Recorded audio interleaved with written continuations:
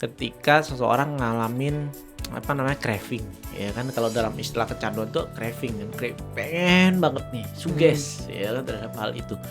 Nah, pada orang-orang yang makan berlebihan juga ada tuh hal-hal seperti itu. Bosan soalnya itu aja kan, terus jadi nggak variatif. Dan benar yang kata dokter bilang, jadi ada cheat day karena saya ngerasa itu saya merana gitu sama seminggu itu. Kenapa sih? Wah, ada yang sulit banget dok. Pokoknya kalau saya stres tuh bawaannya makan. Nah, ada yang begitu kan? Ya kalau dari teori biologi memang ada hubungan.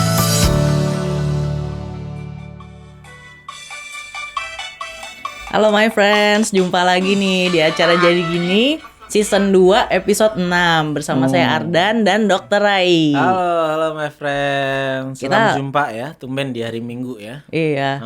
Tumben nih di hari Minggu, biasanya Sabtu ya. Iya, kita live dari studio Diskoria 88.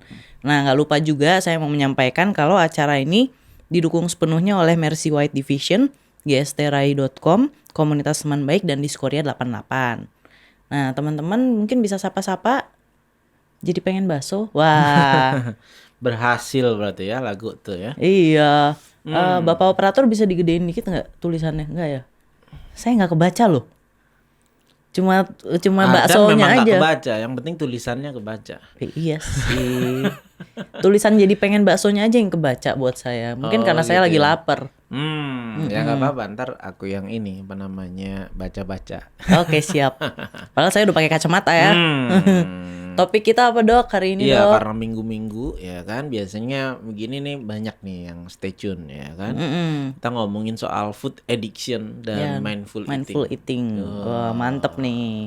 Apalagi buat penggemar makan, penggemar kuliner nih mesti banget nonton nih. Saya tuh penggemar kuliner. Nah, ya kan? Iya mesti banget kita ngebahas ini ya dok ya, berarti cocok buat kulineran. Tapi apakah semua penggemar kuliner itu jadi food addiction atau makanannya berlebih? Belum tentu. Ya kan? Iya. Pasti ini boleh nih, nanti juga teman-teman boleh sharing ya kan soal pengalamannya. Tapi gini, kita kan bukan ngomongin soal, kita bukan ahli gizi ya kan, tapi kita ngomongin aspek psikologisnya nih dari makan gitu. Kayak tadi deh lagu tadi. Sebenarnya itu nggak membawa hanya soal baksonya, tapi kan pengalaman masa kecil kita ketika makan bakso. Iya, nostalgia. Iya, ada unsur begitunya sebenarnya. Jadi pengaruh psikologis ya dalam aktivitas makan ya kan, atau aktivitas makan yang mempengaruhi psikologis itu cukup besar sebenarnya. Oh iya, pembukanya itu ya dok ya. Jadi ini kita mau langsung aja masuk atau ya, kita sapa-sapa dong. Ada yang masuk. Ada saya bacain aja nih, The Wahyu. Nah, saya lagi nggak megang handphone soalnya. Dayu Patmisuci, Kahfis, Putu Arya Nugraha. Waduh. Halo semuanya. Oh, bos saya itu. Made Ari Lestari ya kan, Hanif, Niluh Gede Dewi. Selamat bergabung nih. Selamat Mudah-mudahan bergabung. gak bosen, ya kan. Ya. Minggu-minggu sambil menunggu besok kerja ya kan. Ya. Gimana weekendnya? Gimana weekendnya bisa diceritain? Wah, halo, ya halo kembali. Ya kita ngomongin itu dulu nih. Maksudnya kan kenapa sih sampai ada istilah ya kan food addiction? Tapi itu bukan istilah yang baku dalam pedoman diagnostik kesehatan jiwa loh ya. Kan apakah itu kecanduan? Ya, lama-lama makanan dilarang kayak narkoba ya kan? Nggak juga. Tapi itu istilah karena pada orang-orang yang makan berlebihan ya, konsep-konsep kecanduan itu ada. Misalnya ketika seseorang ngalamin craving ya kan, kalau dalam istilah kecanduan tuh craving kan, pengen banget nih, suges ya kan terhadap hal itu. Nah, pada orang-orang yang makan berlebihan juga ada tuh hal-hal seperti itu.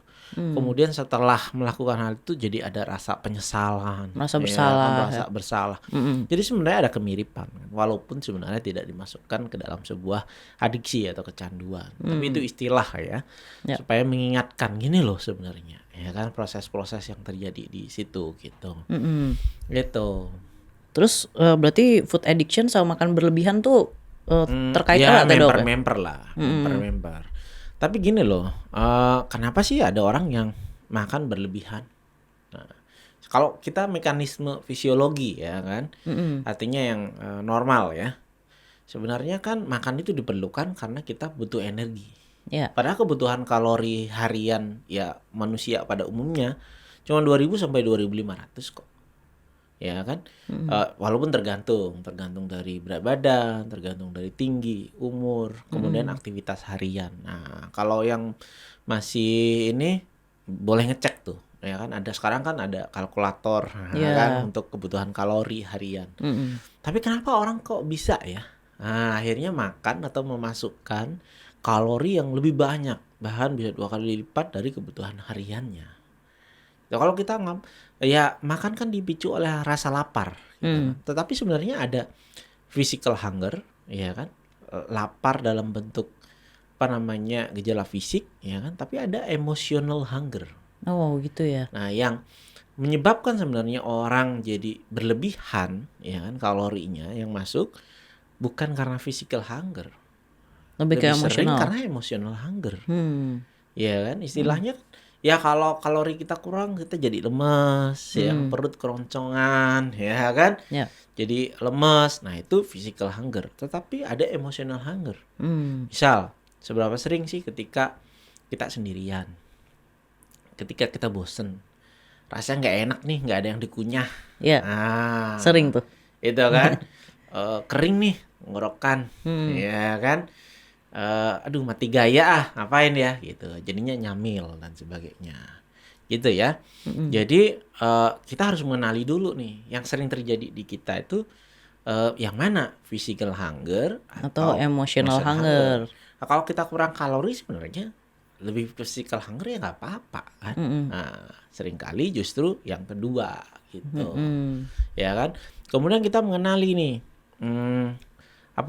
yang membuat ya emotional hunger itu muncul. Ada tipe-tipenya.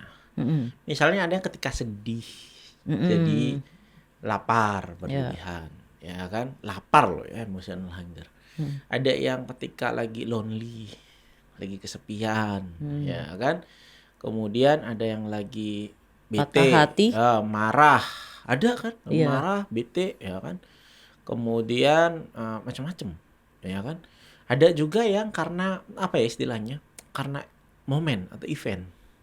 Ya kan? Oh, kayak pesta. Ya kan? Padahal lagi nggak butuh kalori sebanyak itu. Nah, karena lagi perayaan jadi makan banyak. Kayak lebaran tuh dok biasanya. Atau Natal. Gitu. Iya. Ya kan bentar lagi nih. Bentar lagi nih. Tahun baruan. Nah, itu. Iya. Jadi dari sekarang udah mikirin nanti makan apa ya dan sebagainya. Gitu. Nah, nanti kita bicara tuh bagaimana kita mengatasi hal-hal itu gitu. Iya.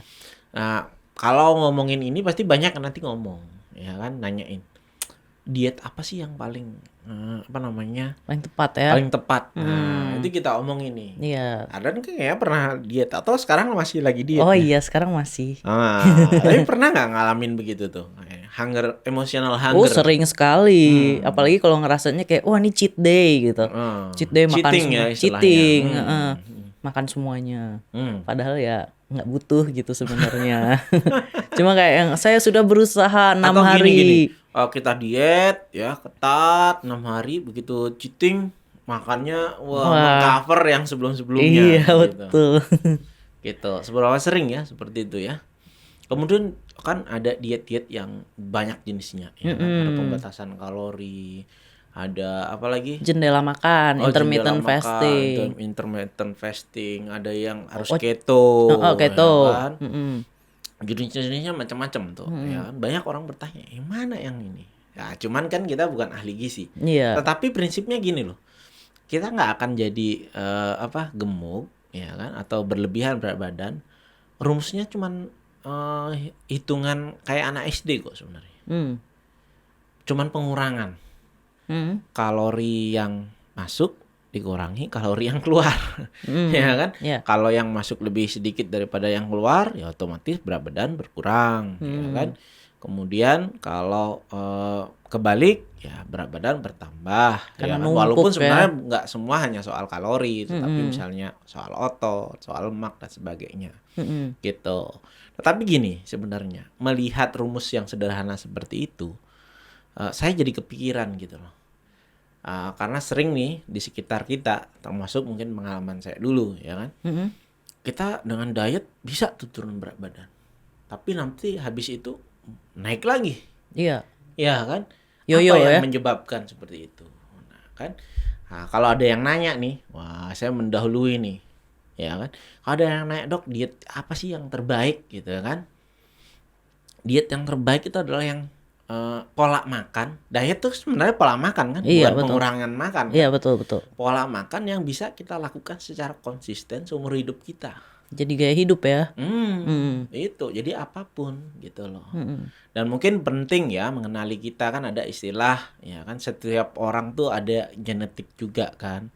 Jadi ada yang ectomorph, mesomorph, endomorph ya kan. Ada yang emang makannya nggak banyak tapi jadi cepat lebar ya kan.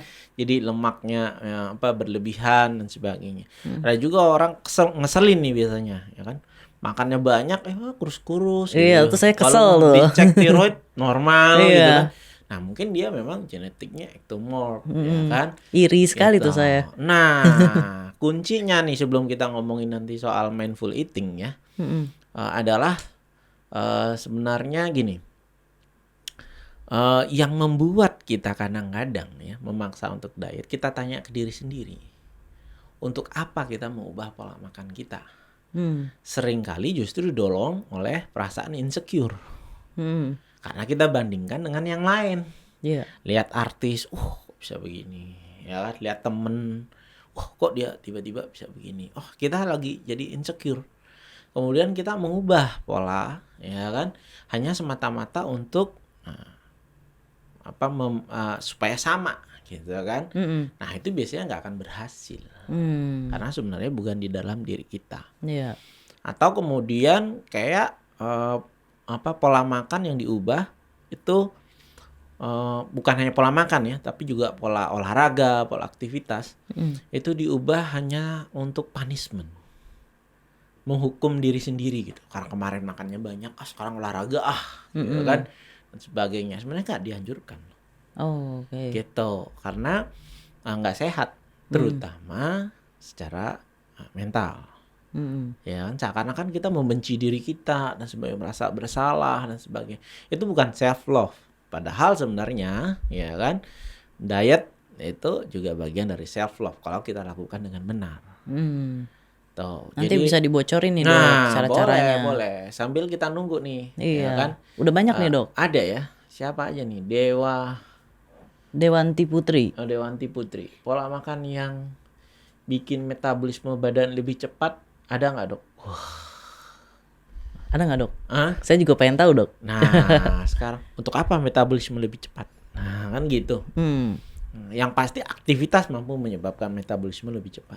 Oh gitu ya? Iya kan, kalau Oke. orang rutin olahraga metabolisme pasti cepat kan. Gitu, ya kan. Ada hal itu.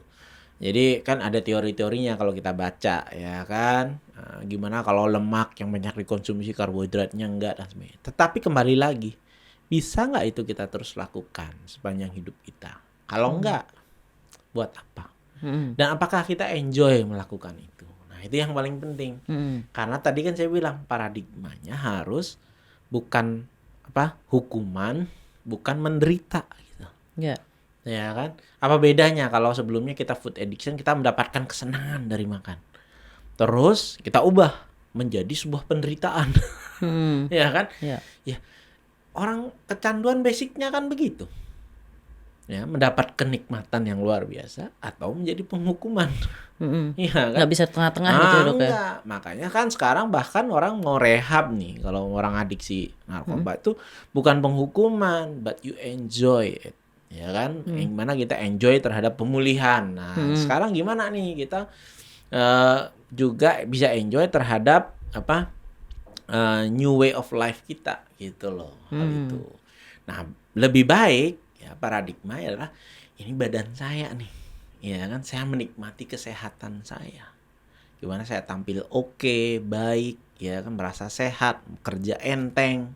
Itu bagian dari self love kan. Iya betul. Itu. Nah, gimana kita kemudian membentuk pola yang baru itu, gitu. Ya kan? Iya. Bukan itu yang lebih penting ya. Nah, jadi saya mau cerita deh, ya kan, mungkin beberapa episode yang lalu saya pernah cerita. Terus saya pernah di diet ya kan. Dari 89 89 kilo. Wah, percaya nggak, saya pernah 89 kilo. Ada tuh foto-foto zaman dulu tuh ada, ya kan. Kemudian bisa sampai 69, tapi nggak instan, ya kan, gradual. Oh, terus terang waktu itu kita belum tahu nih soal hal-hal ini, ya kan. Seringkali kalau kita yang ngalami problemnya kita nggak akan tahu sendiri, ya. Waktu itu the power of kepepet. Jadi tiba-tiba dicek lab, ternyata saya pre-diabetes. Kalau diabetes tuh bisa langsung diobati. Kalau pre enggak. Obatnya adalah mengubah pola hidup. Itu kalau nggak salah di resepnya ya dok, ya ditulis kayak gitu ya dok ya. Jadi dulu itu nggak langsung tuh kan, biasanya orang kan denial dulu nih. Nah saya sih gini, cek ulang. Ternyata memang Sama. kadar insulin saya sudah kemampuannya menurun. Oke. Ya kan? Tetapi belum sampai diabetes. Ya kalau datang ke waktu itu ke dokter jantung ya, teman sendiri.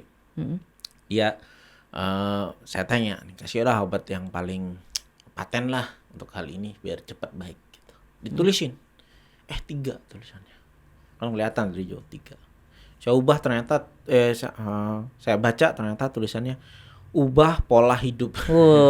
Dia bilang mahal ini gitu. Tapi nggak harus sekarang sih gitu dia. Kasih jurnal.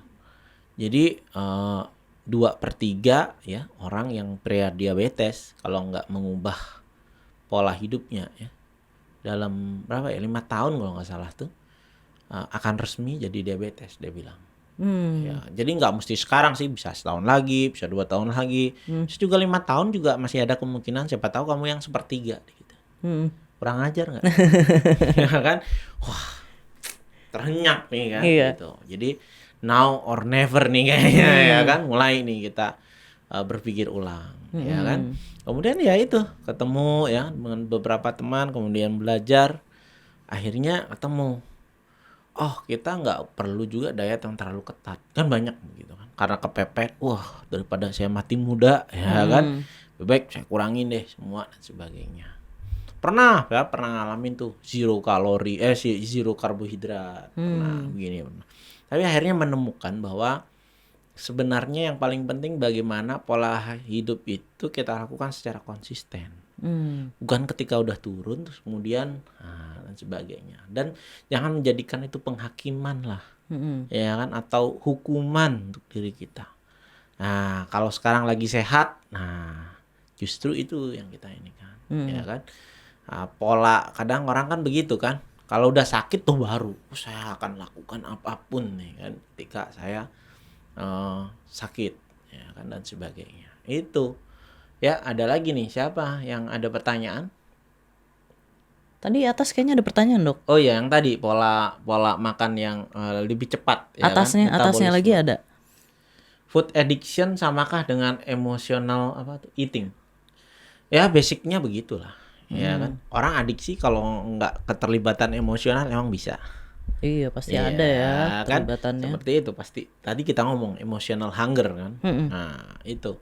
Ya. Kemudian Gung Esna, nah saya banget tuh dok, makan saya udah sering dan banyak, malah nggak mau nambah berat badan. Saya iri. Ectomorph gitu ya kan.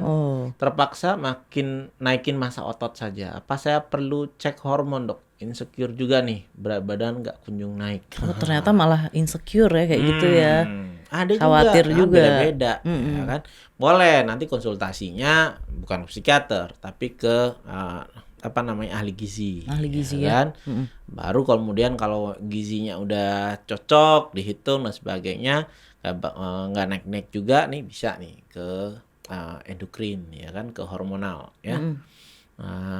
Dicek ya kan seperti apa. Atau ya memang kita orangnya ectomorph, lihat aja orang tua ya kan, kakek nenek gitu, jangan-jangan kurus-kurus semua ya kan. Basicnya begitu. Tapi benar, ada kok yang bisa dinaikkan massa ototnya dengan protein, dengan olahraga, exercise dan sebagainya. Gitu. Saya jadi penasaran, kalau dokter dietnya gimana dok? Nah, diet saya udah nyobain semuanya udah ya. Tapi kemudian yang mana ya kan yang membuat kita ini. Nah, saya tertarik misalnya dengan mindful eating. Ya kan? Ingat nggak buat teman-teman yang pernah diet ya. Jangan-jangan setelah diet kita lebih sering memikirkan makanan sepanjang waktu. Iya. Begitu diet, ntar siang makan apa ya? dihitung nih berapa ya kalori, nih ya, dan sebagainya. Hmm. Kayaknya sepanjang hari itu kita mikirin makanan aja ya. Iya. Lebih sering bahkan dibandingkan ketika sebelum diet.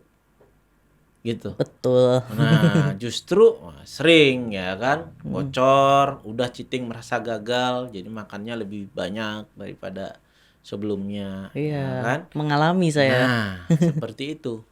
Kemudian kita kenali tadi emotional hunger itu. Hmm. Sering kali ya kita tanya ke diri kita sendiri, seberapa sering sih kita benar-benar hadir ya, pikiran, perasaan kita hadir ketika kita makan. Ya kan? Hmm. Ada yang makan banyak tuh biasanya kalau sambil nonton, Hmm. ya sambil ngobrol, sambil nonton di bioskop. Itu jangan-jangan kalorinya lebih banyak daripada makan yang utama. Popcorn tuh ya dok ya, manis-manis, Itu popcorn manis asin. misalnya, ya kan? Atau pada waktu kemarin ketika kita lockdown, ya kan? Stay at home di rumah, jadi emosional campur aduk makan, ya kan? Stok makanan banyak, ya kan? Stok seminggu habis 2 hari, ya kan? Dan sebagainya. Tetapi kita nggak inget gitu kemarin makan apa dan sebagainya, ya kan?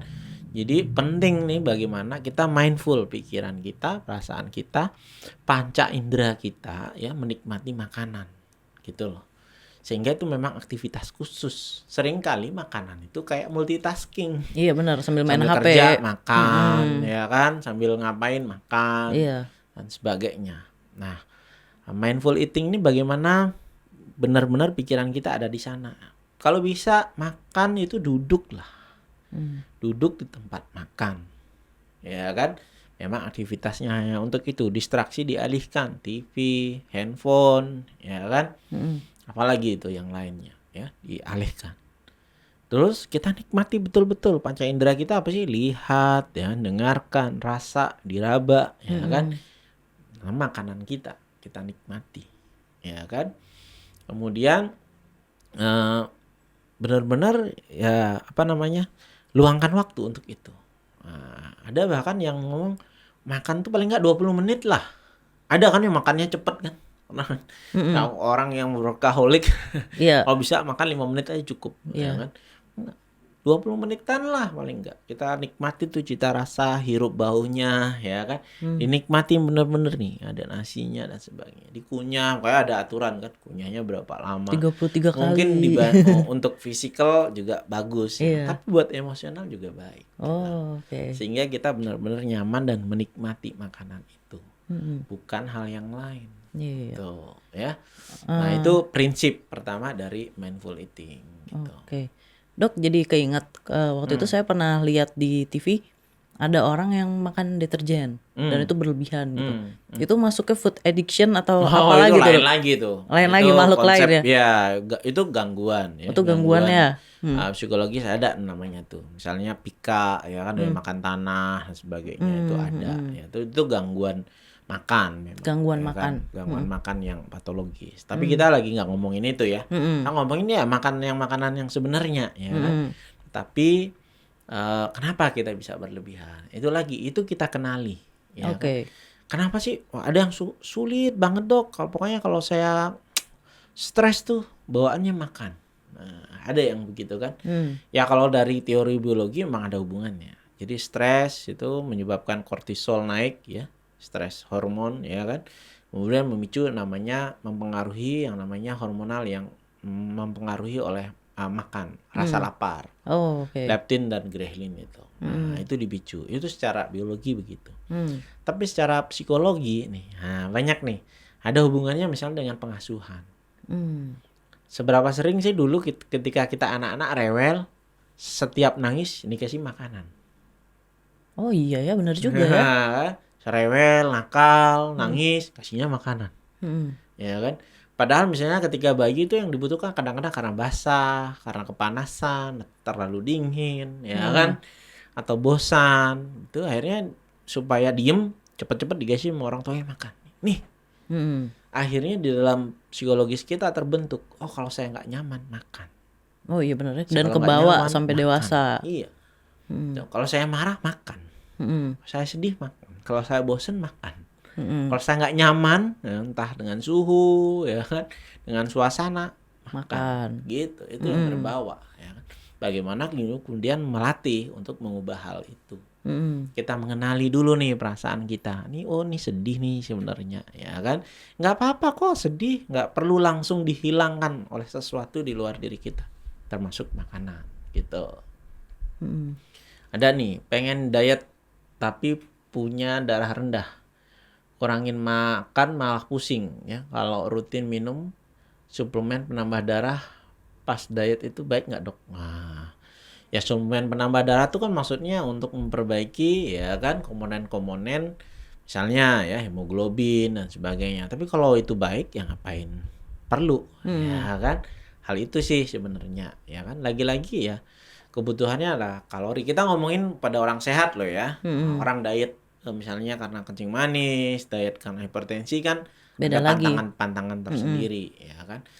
Tetapi seringkali yang menyebabkan gagal untuk mengubah pola makan itu adalah secara psikologis. Cravingnya itu ya kan. Nah, itu bedanya diet dengan mindful eating.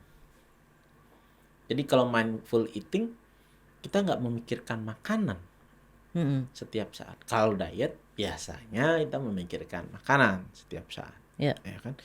Kedua, mindful eating itu bebas aja sebenarnya. Bebas makannya atau apa? Iya. Oh ya? Kontennya. Maksudnya jenis makanannya. Ya kan karena bebas jenis makanannya kita kan nggak mikirin. Iya sih, benar juga ya. Yang perlu cuman menyadari ketika kita makan.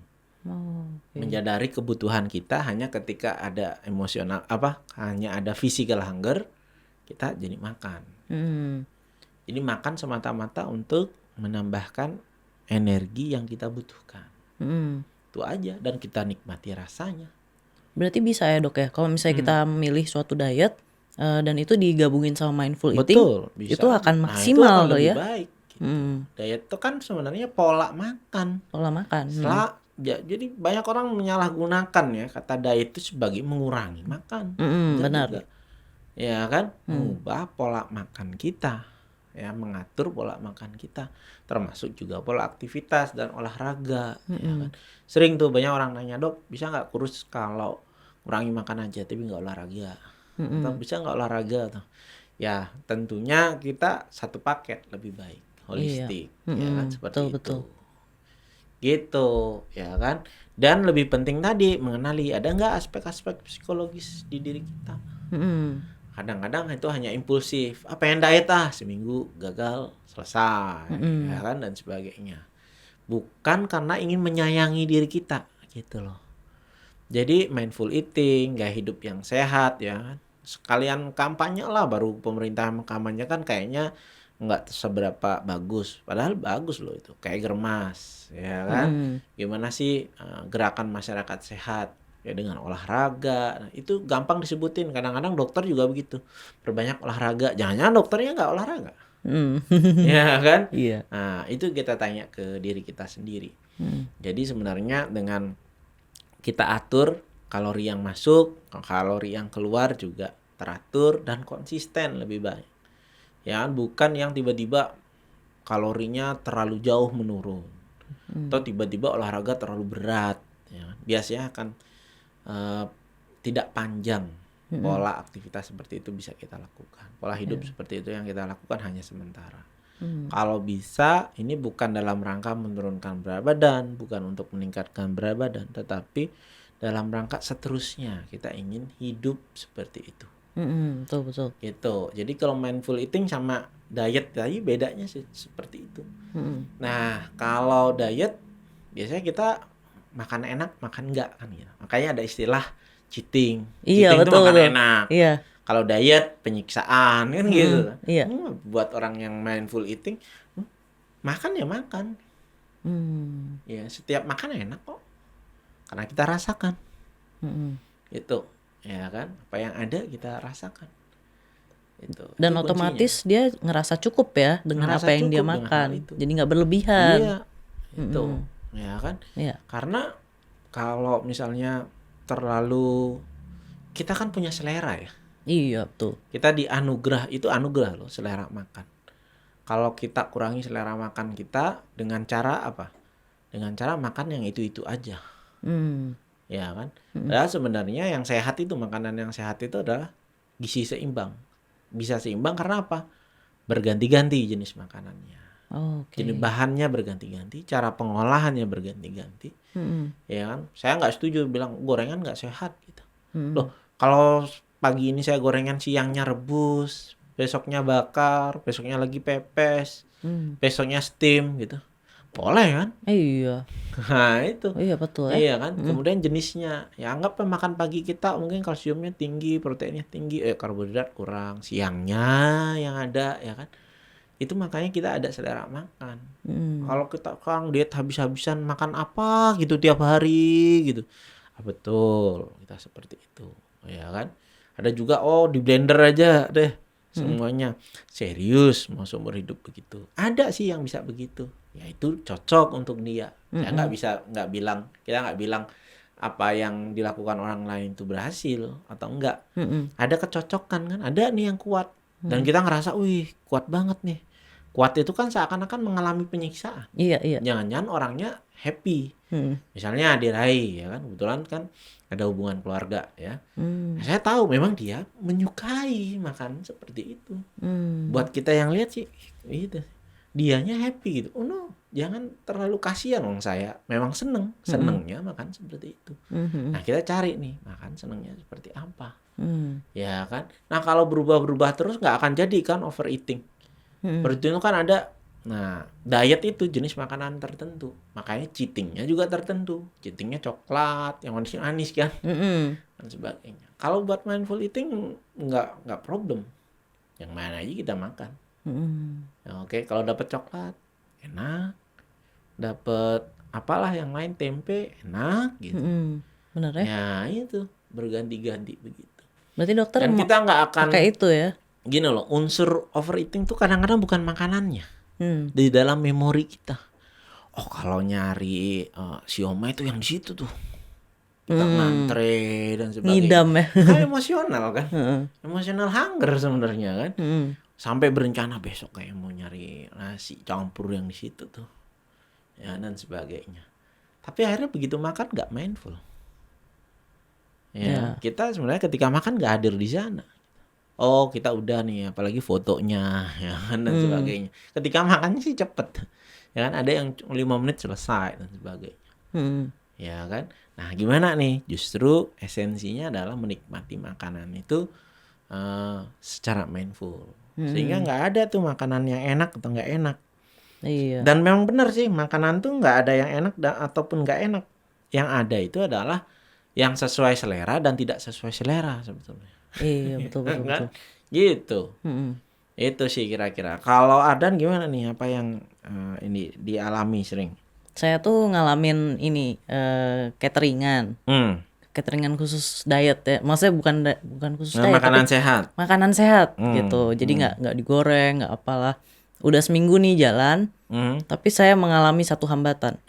Saya bosen, soalnya itu aja kan. Terus jadi nggak variatif. Dan benar yang kata dokter bilang, jadi ada cheat day karena saya ngerasa itu saya merana gitu sama seminggu itu. Jadi habis baiknya jangan dinamain cheating lah. Apa dong? Ih cheating kan kayaknya sebenarnya kan ada di dalam diri kita itu melanggar, ada namanya trait antisosial kan, melanggar tuh nikmat gitu loh. Oh. Iya kan? Semua orang punya ya? Iya, kenikmatan saat melanggar itu ada lah. Misalnya nih dulu nilai gede karena belajar tuh, beberapa orang biasa aja kan. Tapi nilai gede karena nyontek tuh kan kayaknya bangga ya kan? Wah gini nih dan sebagainya. Ketahuan nih pernah nyontek nih. Ada kan unsur seperti ada itu. Sih. Manusia begitu kita cheating kan kayaknya itu luar biasa, exciting dan sebagainya, ya kan. Ya lebih baik dijadwalkan kalau memang mau seperti itu. Dan sebenarnya bukan soal berapa sering kita cheating sih problemnya, kegagalan itu. Gagalnya adalah seberapa sering kita seberapa cepat kita bisa balik lagi ke perencanaan kita. Sering begitu cheating besoknya sih ya udah keterusan deh gitu kan. Kalau cheating besok nggak usah juga dihukum gitu. Begitu cheating besoknya tiba-tiba olahraga berat banget gitu. Lebih baik nggak begitu. Bukan sesuatu yang drastis. Iya. Semua yang berlebihan itu tidak baik lah ya dok ya. Ya slow aja, mindfulness aja. Wah, Begitu les cheating lah. juga mindful, ya kan? Dinikmati jadi. Dinikmati. Jangan merasa bersalah jadinya. Gitu. Dan ya cepet aja ke perencanaan kita. Makanya sebenarnya paling enak itu adalah bisa masak sebenarnya. Itu yang ideal. Nah itu dia dok. Ya kan, jadi kita mindful masak, terus kita makan, ya kan? Iya. Itu jadi nggak bosen. Itu sih yang anjuran. Cuman kan nggak, terus terang saya pun juga nggak bisa, ya kan? Jadi kita pilih dan nggak usah yang sering kan beberapa klien saya tuh jadi aplikasi pengantar makanan dilihat-lihat itu dari jam 9 pagi, ntar 10 pagi lagi lihat di mana ya nanti pesan makan siangnya. Ya. Jam 11 begitu lagi. Sepanjang hari kita. Nah, kan secara emosional nggak bagus kan. Padahal ya itu makan. Ya kan? Bukan apa sih istilahnya, makan untuk hidup, hidup untuk makan. Iya, kan? betul. Ya makan itu enak ya kan. Tapi kapanpun makanannya, apapun yang dimakan tuh enak gitu aja. Jadi lebih bersyukur ya dok ya. Makan yang sesuai selera. Nah itu sesuai selera secukupnya. Begitu pas lagi enak berhenti. Pas lagi enak berhenti. Nah, kalau ditambah lagi kan enaknya menurun nanti. Oh iya bener ya. Prinsip ekonomi juga tuh kata kalau nggak salah tuh. Begitu enak berhenti. Jadi kan kenangannya bagus tentang makanan ini. Ya. Ya kan? Gitu. Itu sih. Ada nggak yang komentar nih? Oh, saya malah setelah jalanin intermittent fasting makan porsi lebih banyak nggak terlalu ngaruh sama berat saya. Oh berarti berhasil ya? Oh bagus. Nah saya mau coba tuh, saya lagi coba itu jendela makan. Iya setiap orang tuh ada loh. Ini makanya ketika dulu nih, terus terang ya saya bilang tuh yang ketika saya galau dan sebagainya itu ketemunya kan Ade Rai kan, dalam sebuah talk show. Ketika jeda kita ngobrol ya kan. Dibilang pilih aja lah apa yang bisa dilakukan ya kan. Kalau ngurangi porsi, kalau ngurangi jenis nggak bisa ya porsinya dikurangi atau frekuensinya dikurangi. Buat orang-orang yang susah ngurangi porsi, ngurangi jenis, ya mungkin frekuensinya bisa dikurangi, intermittent fasting, iya, betul. dan sebagainya. Tapi kuncinya seterusnya. Iya. Nah itu kalau cuma buat nurun nanti nggak usah deh gitu, percuma. Saya pernah tuh dalam tahap itu, ya kan. Sekarang yang penting gimana nih kita mindful, ya kan, ketika kita makan ataupun berolahraga gitu. Iya. Ya. Apalagi nih? Sering kali bosan. Oke. Sesekali bosan terus. Swear ada perasaan merana gitu. Apa tuh? Patuh sama makanan. Oh oke. Jadi mungkin ini kali ya dengan dia diet tuh kayak ngerasa terhukum mungkin karena beberapa ya kali itu, ngerasa karena memang bosan. kita mau menghukum diri, ya kan. Nah sekarang apa sih yang kita ini? Ada juga loh klien saya yang jadi terobsesi gitu, saking seringnya ngitung kalori. Oh iya. Iya jatuhnya jadi anoreksia loh. Waduh. Turunnya jauh banget. Iya. Setiap kali makan merasa berdosa gitu. Oh dibalas pakai push up sekian kali, dibalas pakai crunch sekian kali. Bahkan ada aplikasi khusus di HP-nya yang menghitung kalori yang masuk sama kalori yang keluar. Gitu. Tanpa dia sadari berat badannya udah sampai 40-an. Aduh. Buat kita serius nih masih apa yang mau didietin dan sebagainya. Ya kan? Hati-hati kesananya. Gitu ya. Oke. Ini kita punya waktu 2 menit lagi nih dok. Kira-kira ada penutup atau kesan pesan saran? Iya jadi maksudnya gini buat my friends ya yang memang mau mengubah pola makan menjadi lebih sehat. Kalau bisa paradigmanya adalah bagaimana menjaga dan menikmati kesehatan kita. Bukan menghukum ya kan, bukan menyiksa diri kita. Ya kan? Lebih baik konsentrasi untuk melakukan apapun yang kita lakukan termasuk makan ya kan, bagaimana melakukan mindful eating apapun pola makan yang Anda pilih ya, bagaimana juga itu tidak meredakan selera kita ya kan? Kita fokusnya pada hal yang lain, pada kerja, pada aktivitas, pada olahraga, ya kan? Tapi itu pun juga dilakukan secara mindful. Itu akan sangat baik, ya kan? Dan bagian daripada self love. Itu kayaknya yang penting, ya kan? Saya Itu lega banget sih dengarnya. Hmm. Lega banget soalnya saya sendiri sedang menyiksa diri sebenarnya dengan memilah-milah makanan, tapi ternyata caranya salah. Ternyata baru ketahuan malam ini. Jadinya lebih lega, kayak ya udah deh saya pilih Habis acara intermittent ini kita fasting. makan apa? Oke. Tapi kan saya lagi intermittent fasting. Udah nggak boleh makan. Oh, oke. Ya. Itu dan memang memilih untuk itu. Memilih untuk Gitu itu loh, karena ya kan? Oh ya bisa mampu. promo-promo habis ini kita ada Kita lanjut habis ini. Ada Zoom, kopi kental, itu adalah Kongko, Rumpiin, kesehatan mental. Kita ngebahas tentang move on dari 2020. Jadi gimana sih caranya kita kayaknya 2020 ini nggak ada yang ini ya. Nggak ada kayaknya yang nggak ada yang bahagia. Kayaknya dari 2019 skip ke 2021. Iya bener, kayak 2020 tuh skip banget gitu. Kayak nggak terasa. Iya sih. Ya cuman nanti kita lihat nih. Tahun sih berganti. Tetapi apakah memori ya kan apa yang tertinggal di 2020 ini juga kita bisa move on? Nah, ada yang sulit, ada yang tragedi selama 2020, ada yang ya macam-macam lah kehilangan barangkali ya kan berhubungan dengan pandemi dan sebagainya. Kayaknya cocok tuh ikut ya kan di Zoom-nya gratis kan? Zoom-nya gratis.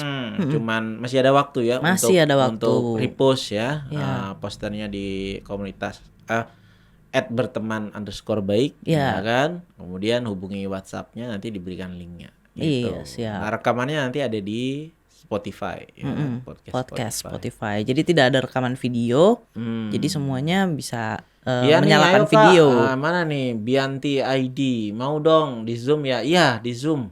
Iya, di Tapi Zoom nanti betul. repost dulu ya kan posternya kopi kental move on 2020 kemudian di capture kirim ke WhatsApp yang tersedia di sana. Nah, kita ngobrol-ngobrol deh, diskusi, waktunya lebih panjang di situ kan dan teman-teman bisa sharing ya kan. Syukur kalau yang ikut dikit kan tuh lebih baik. Ya, quality time-nya lebih bagus. Gitu. Private session jadi. Dan walaupun direkam tapi private kan cuman suara. Ya, nggak usah sebut nama aja. Nggak ada video kok, nggak direkam video. Oke, gitu ya. Oke. Kita lanjut di sana nih. Siapa tahu 2021 resolusinya adalah mempunyai kehidupan yang lebih sehat. Wah, itu saya banget tuh. Lanjut lagi ya kan. Lanjut topik lagi ini. topik nanti. Oke, gitu deh kayaknya ya. Ya, terima kasih my friends yang sudah menonton dan melayangkan pertanyaan. Semoga ilmunya makin bertambah seperti saya telah menambah ilmu di malam hari ini. Terus terima Jangan kasih. menambah berat badan aja, Oh, iya, menambah betul. ilmu juga. Betul. Iya, padahal tadi kita mengharapkan sharing juga sebenarnya dari my friends, ya kan?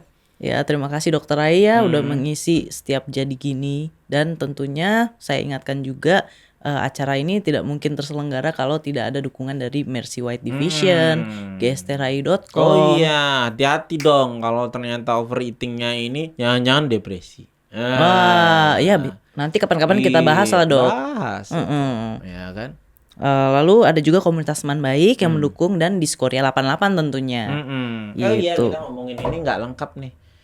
Walaupun kita ngomongin food addiction, ini nggak bikin adiksi loh ya kan. Kalau yang lahirnya tahun 80-an tuh ada nasi krip-krip ya kan. Iya, Tuh, betul lambangnya sekali. Gini tuh, bisa tuh kalau yang di Bali pesen aja. Iya, lebih ke nostalgia ya daripada adiksi ya. Dan harus dinikmati dengan mindful. Betul. Iya. Wah, renyahnya, rasa empuk dagingnya. Wah, Kedengeran tuh krik gitu. iya. Kedengeran di suara. Kayak mukbang.